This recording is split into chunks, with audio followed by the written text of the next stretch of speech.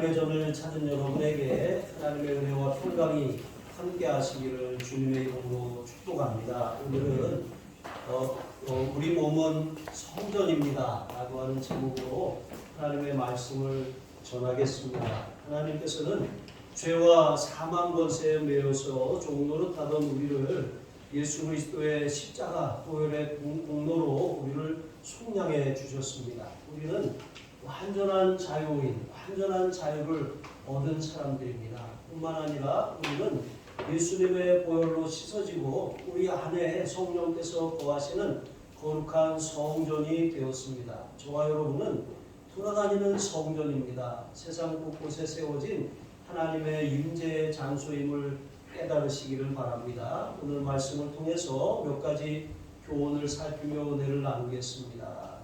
여러분, 하나님께서 우리에게 그리스도 안에서 자유를 주셨는데 그리스도 안에서 얻은 우리의 자유는 방종을 위한 것이 아니라 섬김을 위해서 허락하신 것입니다. 12절로 14절 말씀해 보시면 이제 고린도 지역에는 당시에 영지주의가 만연되어 있었습니다. 이 영지주의라고 하는 것은 육은 더럽고 악하고 또 결국에는 소멸될 것이라고 생각하고 또 영만이 완전 무결하다라고 여기는 이제 그런 이 잘못된 헬라 사상입니다.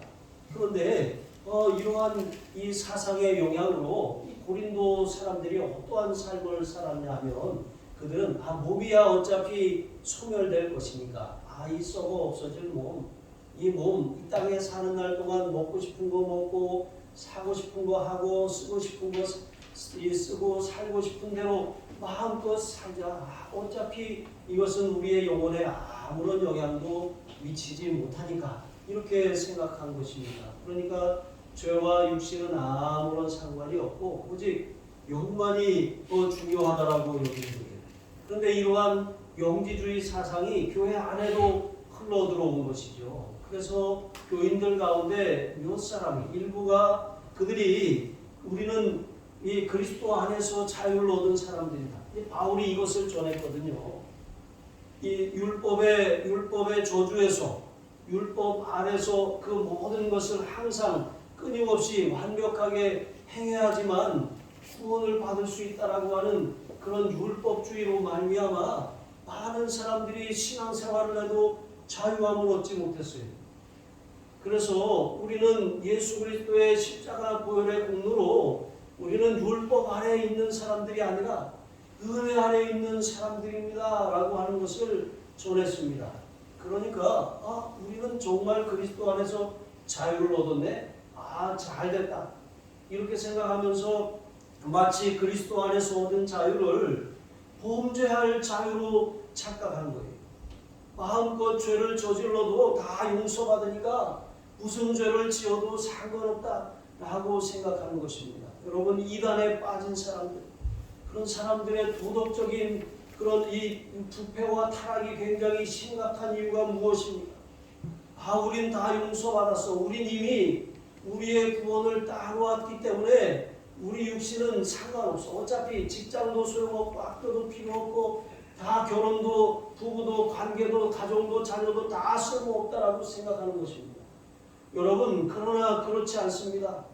우리는 이 땅에서 구원받아서 천국 백성이 되었습니다. 하지만 이 땅에서의 삶이 중요합니다. 하나님 앞에 죽어서 천국 가는 것만이 중요한 것이 아니라 더 중요한 것이 몸을 가지고 이 땅에 사는 삶이 더 중요하다라고 하는 것이죠. 어떻게 하나님 앞에 어떠한 모습으로 사나 여러분 그것을 잘 점검해야 한다라고 하는 것이죠. 그리스도인의 자유, 그리스도로 말미암아 얻은 자유를 자유로 해석한 거예요. 그러니까 그 자유가 죄를 마음껏 지어도 죄는 되는 자유. 어차피 우리는 이 용서함을 받았어. 우리는 어차피 사망에서 생명으로 옮겨졌어. 어차피 심판에 이르지 않아. 그러니까 우리는 이 땅에서 무슨 죄를 짓는다고 할지라도 한 번 받은 구원을 빼앗기지 않아. 여러분, 이렇게 생각하고 함부로 살아가게 되는 것입니다. 그러면서 이러한 이 잘못된 그런 사상이 이 궤변을 만들어내는데 어떤 궤변을 만들어냈냐면 식욕이라고 하는 것. 이게 음식이 배를 위해 있고 배가 음식을 위해 있는 것처럼 이게 음식은 그 속에서 부르잖아요. 배가 음식을 부르고 음식이 배를 부르잖아요. 왜 밤만 되면 그렇게 뭐가 먹고 싶은지, 뭐가 들어선 것처럼 계속 뭐가 이렇게 먹고 싶은지. 근데 남자가 뭐가 들어설 리가 없잖아요. 그 구충제 먹어야 돼요. 우리가 이 식욕이라고 하는 것은 자연스러운 현상이죠. 자꾸 먹게 되는 것입니다. 그런데 이 사람들이 식욕처럼 성욕이라고 하는 것도 자연스러운 거니까 이거 마치 모든 음식이 다 가하다고 했잖아요.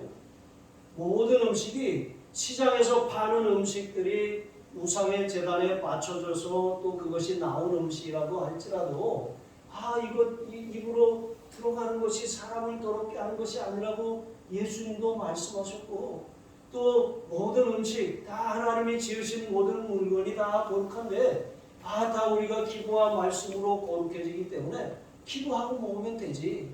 이렇게 함으로 다 이렇게 이 자유함을 가진 사람들은 마음껏 음식을 먹었어요. 그런데 더 심각한 문제가 무엇이냐면 당시에 아프로디테라고 하는 여신을, 이제 그리스 신화에 나오는 여신인데 이 여신을 고린도 사람들이 섬겼어요. 그러니까 이 신전 안에는 천여 명이나 되는 그 여사제들이 있었는데 이 여사제들이 밤만 되면 시장에 내려와서 그렇게 매춘 행위를 하는 거예요. 여러분, 이렇게 더 많은 죄를 저지름으로 인해서 그렇게 함으로 자기의 신을 더 막 이렇게 달래는 거예요. 그렇게 함으로 원하는 것을 얻을 수 있다라고 그렇게 생각하는 것입니다. 그러니까 시장에 나온 음식이나 시장에 나와서 매춘을 하는 그 여사제들이나 다를 게 뭐가 있냐? 똑같은 것 아니냐? 음식을 먹는 것이나 매춘을 하는 것이나 이것은 아무런 죄가 되지 않는다. 이렇게 생각하기에 이르게 되는 것입니다. 여러분, 그러나 음행이라고 하는 것은 음식을 먹는 것과 차원이 다른 거예요. 음식은 먹으면 다 버려야 되는 것이잖아요. 그러나 음행이라고 하는 것은 이것이 음식처럼 수화가 되어서 나가는 것이 아니라 우리 몸 안에 남는 것입니다. 그래서 성경은 음행이라고 하는 것은 자기 몸에 죄를 뽑아는 것이라고 말씀하고 있는 것입니다. 아디아포라라고 하는 것, 여러분, 그것 우리가 이 음식이라든가 절기라든가 날짜라든가 또 심지어 할례와 같은 이러한 것들, 그것은 율법에 속한 것들이에요. 그러니까 우리가 성경에 요즘 이제 레위기를 우리가 봤는데 부정하다고 하나님이 금하신 음식들, 우리가 그거 안 먹습니까? 여러분, 돼지고기 안 먹어요? 여러분, 선짓국 안 먹어요? 다 드시잖아요. 그런데 우리가 율법 아래 있지 않기 때문에 그 먹는 것이 우리를 더럽게 하지는 않아요. 하지만 그거 많이 드시면 어떻게 됩니까? 지옥 가나요? 아니, 병원 가야 돼요. 병원. 성경에서 레위기에서 먹지 말라고 하는 음식을 굳이 그것을 찾아서 나 이거 좋아해 하고 많이 드시면 병원 가는 거예요. 그러니까 지옥까지는 않는다는 것이죠. 그러니까 여러분, 이것이 우리 몸에 질병을 남기는 것처럼 우리가 음행이라고 하는 것, 이것은 질병보다 더 큰 그런 아주 심각한 그런 이 문제를 가져온다라고 하는 것입니다. 음행이라고 하는 것은 몸의 죄를 범하는 것이고, 음행이라고 하는 것은 몸을 부정하게 만드는 것이고, 음행이라고 하는 것은 정말 우리의 삶의 어떤 몸을 망가뜨릴 뿐만 아니라 마음을 이렇게 완악하게 만들고 굳어지게 만드는 거예요. 더 심각하게 관계를 깨뜨리고 파괴하는 것입니다. 정상적이지 않은 이런 음행으로 말미암아 많은 가정들이 깨어지는 것 아니겠습니까? 많은 사람들이 상처와 아픔을 겪는 것 아니겠습니까? 여러분, 그러므로 하나님께서도 많은 죄들 가운데서도 특별히 음행의 죄에 대해서는 강하게 말씀하시는 거예요. 음행에 대해서 죄 중에 큰 죄로 그렇게 여기시는 것입니다. 우리는 그리스도 안에서 자유를 얻은 사람들이에요. 자유를 얻었다라고 하는 것은 율법의 저주에서 해방되었다라고 하는 거예요. 율법의 모든 그런 이 정죄에서 해방되었다라고 하는 것입니다. 우리는 죄의 심판에서 생명으로 옮겨졌어요. 다시 둘째 사망의 해를 받지 않는 것입니다.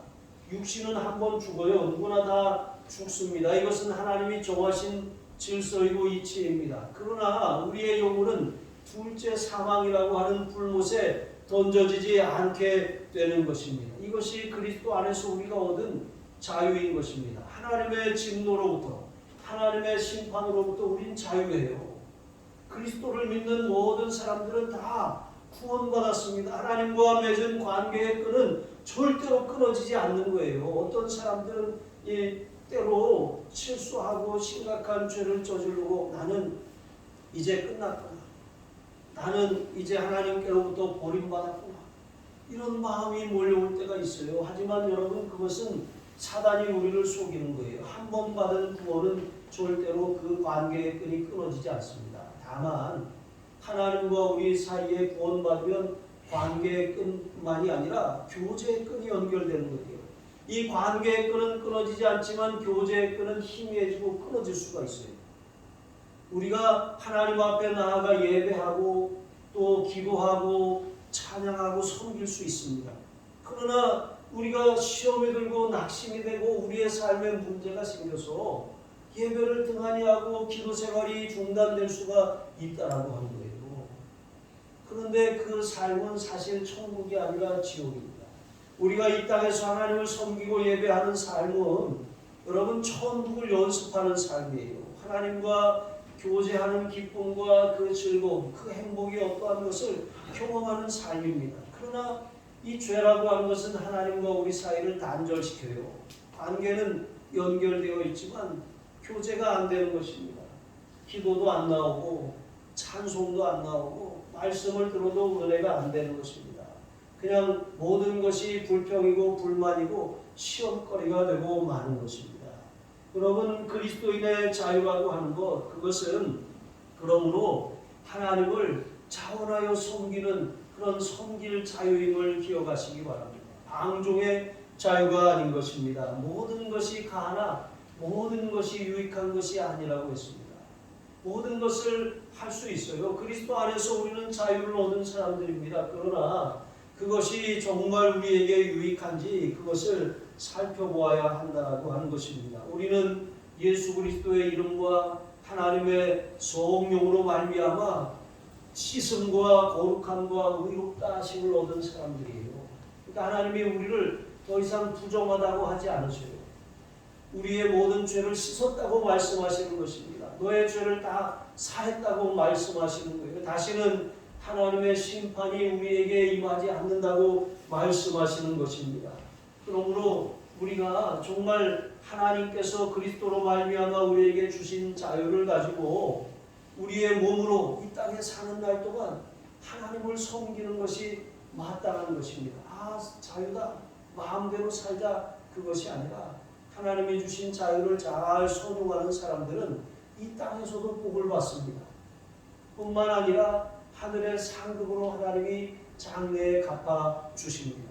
우리는 겨우 구원만 받을 사람들이 아니라 이 땅에서도 하나님이 주시는 형통함과 복을 누려야 합니다. 하나님의 나라 확장의 귀한 주역으로 쓰임받아야 하는 것입니다. 하늘 상급을 바라보고 쌓으면서 살아가는 것, 여러분, 그것이 우리의 삶이어야 하는 줄로 믿습니다. 베드로전서 2장 16절에 보시면 너희는 자유가 있으나 그 자유로 악을 가리는 데 쓰지 말고 오직 하나님의 종과 같이 하라, 이렇게 말씀하셨습니다. 악을 가리는 데 쓰지 말라고 하는 것은 악을 행하는 구실로 삼지 말라는 거예요. 나 자유하니까. 여러분, 이렇게 생각하는 사람들이 현대판 영지주의가 바로 구원파예요. 버스에다가 광고 많이 하죠. 박옥수 무슨 성경 세미나 뭐 이런 거 하잖아요. 여러분, 세월호 사건을 일으킨 그 배우의 이 유병원이 있잖아요. 또 권신찬이라고 하는 사람. 이 세 사람이 구원파의 3대 교주예요. 그런데 많은 사람들이 그 거짓말에 속아가지고 삶을 다 바치고 재산을 바치고 인생을 바치고 가족을 바치고 다 바쳐버리고 허무하게 살다가는 것입니다. 여러분, 이런 어리석음에 빠지지 말아야 돼요. 악을 행할 구실로 그리스도의 자유를, 그리스도께서 주신 자유를 핑계하지 말아야 한다는 것이죠. 그러므로 모든 것이 가나 모든 것이 유익한 것이 아니라 내가 무엇에든지 얽매이지 아니한다라고 말씀하고 있는 것입니다. 바울의 이 고백처럼 바울은 항상 그것을 생각했다는 거예요. 이것이 할 수 있어. 하지만 이것이 나에게 유익한가? 여러분, 이것이 우리 그리스도인들의 삶에 무엇을 선택하는 기준이 되어야 할 줄로 믿습니다. 이것이 가능해. 할 수 있어. 이거 한다고 내가 지옥 가지는 않아. 하지만 이것이 내게 유익한가? 이것이 신앙생활에 도움이 된다. 이것이 다른 사람들에게도 덕을 끼치는가? 이것이 이 선교를 가로막는 일인가? 아니면 하나님이 기뻐하시는 일인가? 이것을 잘 헤아려 보시기를 바랍니다. 자유를 오용하고 자유를 남용해서 우리가 마음껏 죄를 지으면서 살면 그 죄가 거점이 되어서 이 마귀가 그 부분에 있어서 우리를 묶어버리는 거예요. 그러한 부분에 있어서 우리를 아주 이렇게 결박시켜 버리는 거예요. 여러분, 우리가 이제 신용카드를 없애야 돼요. 신용카드를 없애야 이 빚을 안 지고 살 수가 있습니다. 신용카드를 쓰는 거를 자꾸 줄이고 저축을 하고 있는 것 가지고 이렇게 쪼개서 쓰는 그런 삶을 살아야 돼요. 신용카드는 지금 나한테 없는 돈을 빌려서 생활하는 거예요. 그런데 이게 빌려서 사는 삶은 자꾸 그 규모가 커지게 되어 있는 것입니다. 내가 자꾸 그렇게 이 빌리다 보면 나도 모르게 물질에 돈의 노예가 되는 거예요. 무슨 노예야 그게? 이게 자유지. 카드를 마음껏 쓸 수 있는 자유. 한도는 쓰면 쓸수록 자꾸 늘려주고 돌려받기 하고 또 이렇게 갚으면 또 한도가 늘어나고 이렇게 하는데 뭐 카드로도 쓸 수 있고 카드 대출도 해주고 막 여러 가지 막 해주니까 자꾸 늘어나는데 이게 자유지. 여러분 이렇게 생각하는 거예요. 하지만 여러분 그게 자유입니까? 그게 갚아야 될 날이 오면 그게 구속이 되는 거예요. 그게 우리로 하여금 그것 때문에 해야 될 일을 못하게 만들고 우리의 삶의 어떤 것을 처분하게 만들고 우리로 하여금 자꾸 쪼그라들게 만드는 것이죠. 여러분, 물질뿐만 아니라 모든 죄가 그와 같다는 거예요. 무슨 죄를 지어도 자유롭습니다. 그것 때문에 심판을 받지 않아요. 하지만 그것이 거점이 되면 거기에 마귀가 붙어가지고 마귀가 그것을 통해서 우리를 올가맵니다. 바울이 그렇게 말씀하고 있는 것처럼 나는 모든 것이 가하나 무엇이든지 얽매이지 않는다 그랬어요. 여기서 얽매인다라고 하는 것은 그것이 나의 주인이 되어서 내가 그것에 종노릇하지 않는다는 뜻이에요. 그것이 나의 마스터가 되지 않게 만든다라고 하는 것입니다. 그러므로 우리는 항상 어떤 것을 선택할 때 이것이 나에게 유익한가? 내 삶의 유익을 가져오는가?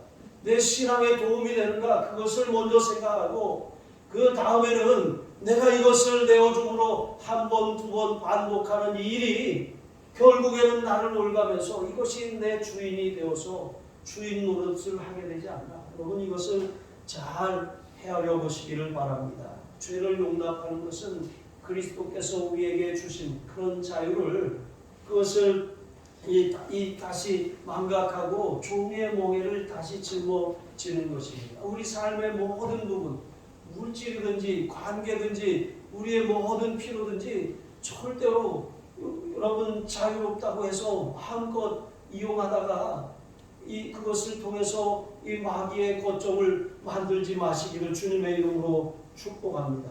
나 하고 싶은 대로 살 거야. 그것은 결국은 나 하고 싶은 대로 사는 것이 아닙니다. 나 하고 싶은 대로 사는 삶의 결과는 무엇입니까? 그것은 결국은 그것이 습관이 되고 반복이 되고 정욕이 되어서 나를 올고매는 나의 주인이 되어버리는 거예요. 나의 마스터가 되어버리고 마는 것입니다. 그러므로 그리스도 안에서 얻은 이 자유, 참된 자유를 여러분 선용하시는 저와 여러분이 되시기를 바랍니다. 두 번째로 우리는 그리스도 안에서 영적으로 그리스도와 한 몸이 되는 사람들입니다. 그리스도와 연합한 사람들이에요. 지체라고 하는 것, 손과 발처럼 우리 몸에 이렇게 붙어 있습니다. 머리의 지배를 받는 것이죠. 이 머리의 지배를 받지 않고 이 손발이 마음대로 막 움직인다면 이게 되게 심각한 이 상황이 되는 것입니다. 이렇게 손과 발처럼 우리는 그리스도의 머리에 붙은 각 지체들이라고 말씀하고 있는 거예요. 우리가 이렇게 붙어서 이 머리로 연결되고 서로 그런 관절과 골수와 이런 마디를 통해서 서로 영양도 공급받고 지시도 받고 이렇게 살아가는 거예요. 그런데 여기 보니까 그리스도와 이렇게 합하였다라고 하는 것, 이 합하다라고 하는 말은 악교로 붙인다라고 하는 말이에요. 악교로. 그러니까 악교로 붙이는 것처럼 떨어지지 않게 완전히 탁 달라붙어서 신비로운 연합을 이루었다라고 하는 것입니다. 주님과 인격적으로 아주 밀접하게 연결이 되어 있어서 뗄래야 뗄 수 없는 그런 아주 친밀한 관계가 되었다라고 하는 것이죠. 그리고 그러한 상태가 중간에 가다가 떨어지는 것이 아니라 절대 떨어지지 않는 이런 계속되는 그런 관계라고 하는 것입니다. 그러면 주님과 우리가 이와 같이 연합한 사람들입니다. 성령 안에서 우리가 주님과 하나가 되었습니다. 성령께서 우리 안으로 들어오셔서 우리 안에 내주하고 계시는 것입니다. 자, 이렇게 우리는 우리 안에 계신 성령님의 음성에 귀를 기울이고 순종하며 살아갈 때 우리는 그리스도의 인격을 담고 그리스도의 형상을 닮아가며 그리스도의 성품을 배우게 되는 것입니다. 마찬가지로 창녀와 몸을 합하는 것, 여러분 이것은 바로 이 합하는 것, 똑같이 같은 단어를 사용해서 그냥 한 번의 몸을 섞는 것이 아니라 한 몸이 되는 것이라고 말씀하고 있는 것입니다. 여러분 창세기 2장 24절에 보시면 이렇게 말씀하셨습니다. 이러므로 남자가 부모를 떠나 그 아내와 연합하여 둘이 한 몸을 이룰지로다. 그러니까 남녀가 결혼해서 성적으로 결합하는 것, 여러분 이것은 바로 두 사람을 한 육체로 만드는 일이에요. 몸이 하나가 되게 할 뿐만 아니라 또한 정신적으로, 인격적으로, 영적으로 하나가 되는 게 만드는 거예요. 그래서 결혼을 성혼 예식이라고 하지 않습니까? 하나님 앞에서 행하는 것입니다. 그러니까 거룩한 예식이라고 하는 거예요. 그러니까 영적으로, 인격적으로, 또 육체적으로, 정신적으로 하나가 되는 그러한 예식이 바로 성혼 예식인 것입니다. 그러므로 그리스도와 연합한 성도가 몸을 파는 여자와 합하는 것, 그것은 그와 한 몸이 되었다라고 하는 거예요. 완전히 지적, 정서적, 신체적, 영적으로 그렇게 하나로 묶여버리게 되었다라고 하는 것이죠. 그러므로 우리가 이 일이 얼마나 심각한 것인가라고 하는 것을 기억하고 정욕대로 살 것이 아닙니다. 마음 내키는 대로 살 것이 아닙니다. 그러므로 바울은 음행을 피하라고 명령하고 있습니다. 피할 수 없는 그런 상황 가운데 고린도 교회가 그 죄악의 한복판에 자리하고 있어요. 고린도라고 하는 곳은 상당한 무욕으로 엄청난 부를 쌓은 도시입니다. 도덕적, 영적 타락이 심각한 도시였습니다. 아까도 말씀을 드렸던 것처럼 아프로디테 여신을 섬기는 그 여사제들이 밤만 되면 1000여 명이 넘게 내려와서 이제 이 매춘행위를 하는 것이죠. 이러한 죄악들이 가득한 도시에 교회가 세워져 있는데 이 영향을 받지 않으려면 바울은 음행을 피하라고 명령하는 것입니다. 피하라고 하는 것, 여러분 그것은 반복적으로 찾아오는 유혹으로부터 떠나서 아주 계속해서 안전을 확보하라고 말씀하고 있는 것입니다. 여러분 제가 서울에 한때 살던 적이 있었어요. 근데 서울에 사는 동안 참 많은 일들이 있었어요. 상품백화점이 붕괴되기 일주일 전에 저희 누나가 이 상품백화점에서 근무를 했었거든요. 근데 상품백화점에서 이제 스와치 시계 매장에서 근무하고 있는데 갑자기 특별한 이유 없이 그 매장을 빼서 청량리 미도파로 옮기라고 하는 이제 본사에 그런 지시가 있었어요. 그래서 그것을 왜 장사 잘 되는데 왜 옮기라고 하지? 그래서 다 싸가지고 옮긴 거예요. 그런데 일주일 만에 상품백화점이 무너져 버린 거죠. 그리고 이 청량리 미도파 옆에는 거기에 아주 대한민국의 유명한 차창가가 있었어요. 제가 이렇게 뭐 학원도 다니고 또 이렇게 그 시내도 가고 이러면 저희 집이 전농동 쪽에 있었는데 꼭 그 길을 지나가야 됐어요. 그때 뭐 학생이고 돈도 많지 않으니까 걸어 다녀야 됐거든요. 버스 안 타고 많이 걸어 다녔는데 거기가 질러서 가는 가까운 길이니까 꼭 그 길로 지나가야 돼요. 이 가면 이게 이 호주들이 붙들어요. 막 붙들고서 그렇게 막 끌고 들어가려고 그래요.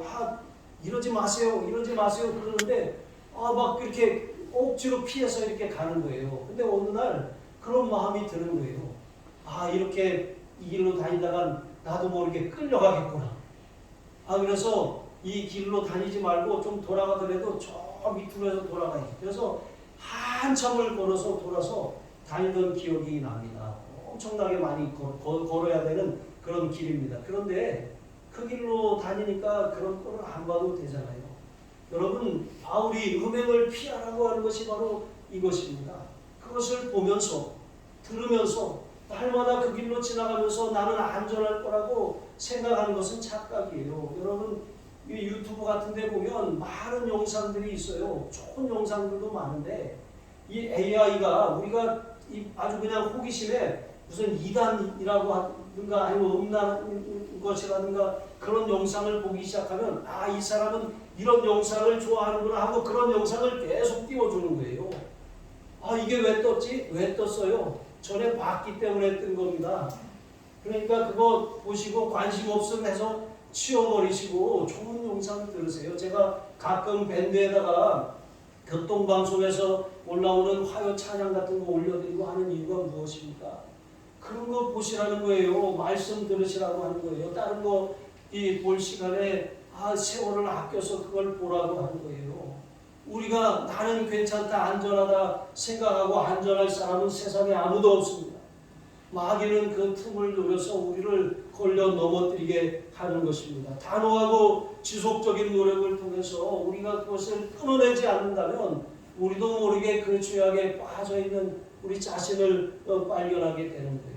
음행이라고 하는 것은 관계를 파괴하고 몸을 파괴하고 자신의 전인격을 다 파괴하는 것입니다. 음행은 부패한 인간 본성의 얼굴입니다. 그것이 민낯이에요. 민낯. 여러분, 그것을 따라 사는 사람들은 정말 부끄러운 삶을 벗고 돌아다니는 것처럼 아주 부끄럽게 사는 것인데 본인만 그것을 알지 못하는 거예요. 그것을 우리가 정말 주님 앞에 기억하고 온 몸과 영혼이 주님 앞에 서는 그 날까지 흠없이 보존되시기를 축복합니다. 몸으로 죄 짓는 도구로 살지 마시고 의의 병기 하나님의 선한 도구로 그렇게 살아가시기를 바랍니다. 세 번째로 19절로 20절에 보면 그러므로 우리 몸은 하나님을 영화롭게 하고 하나님을 높여야 할 그런 성전입니다.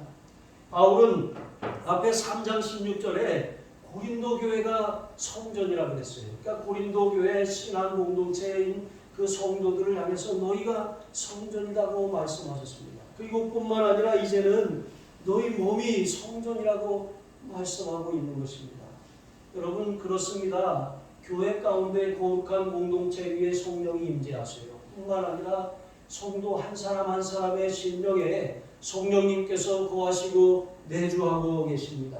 요한복음 14장 17절에도 예수님께서 이제 앞으로 제자들에게 주실 성령에 대해서 이렇게 말씀하셨습니다. 그는 너희와 함께 거하시며 또 너희 속에 계시겠습니다.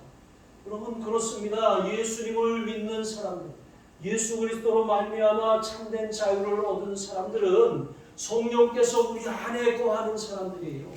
성령이 우리 안에 우리와 함께 살고 계시는 것입니다.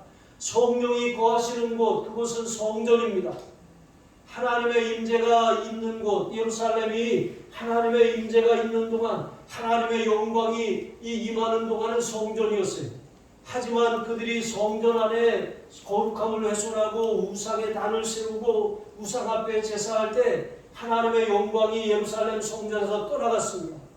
떠나가고 나니까 예루살렘 성전, 그 화려한 성전과 금으로 씌운 그 모든 기구들이 다 껍데기가 되고 마는 것입니다. 하나님과 상관이 없어요. 하나님이 고개를 돌리시니까 예루살렘이 에워싸이고 성전이 파괴되고 성전 기물들이 다 이 약탈을 당하고 불타버리고 말았던 것입니다. 우리도 마찬가지입니다. 우리가 하나님의 성령이 거하시는 성전이에요. 성령이 거하시는 전인데 거룩함을 잃어버리고 죄로 말미암아 더럽히면 하나님의 영광스러운 임재를 우리가 경험할 수가 없는 거예요. 물론 떠나가시진 않지만 침묵하시는 거예요. 처음에는 우리에게 말씀하시고 권면하시는 것입니다. 그렇게 하지 말아라. 말씀하시는 거예요. 우리 양심을 통해서 말씀하시는 거예요. 근데 자꾸 마음에 부대끼는데 불편한데 하지 말아야 되는데 계속합니다. 그러면 성령께서 탄식하시고 근심하시고 탄식하며 하나님 앞에 이 기도하시는 것입니다. 그렇게 탄식하고 근심하시는데도 계속 그렇게 멈추지 않는다면 이제는 성령께서 침묵하시는 거예요. 성령께서 침묵하시면 은혜가 없어요. 응답이 없습니다.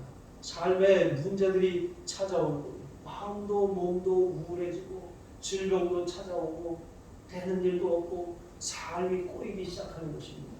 구원은 받았지만 하나님의 성령이 떠나간 삶은 마치 포로되고 포위되고 파괴된 이스라엘 사람들처럼 그와 같은 환난과 곤고가 인생에 끊이지 않는 거예요. 여러분 두 가지의 삶이 있잖아요. 몸으로 성전된 삶을 살아서 하나님을 영화롭게 하고 빛으로 소금으로 살아가는 삶이 있는가 하면 또 하나는 하나님의 영광을 잃어버리고 세상에 찢기같이 세상에 그런 핍박과 환난과 종 그것도 복음을 전하기 때문이 아니라 자신의 죄 때문에 그렇게 당하는 이 고통과 환난이 끊이지 않는다라고 하는 것입니다. 그 마음에 답답함과 우울함이 있다라고 하는 것, 그 마음이 무언가에 이렇게 묶여 있다는 거예요.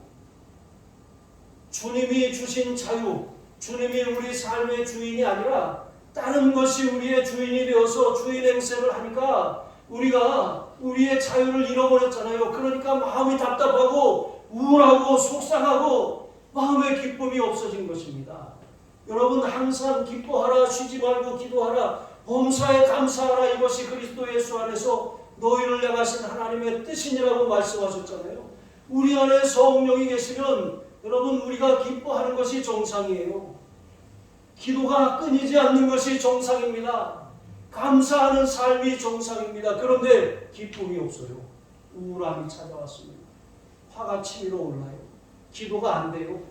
감사는커녕 불평과 원망과 짜증만 있습니다.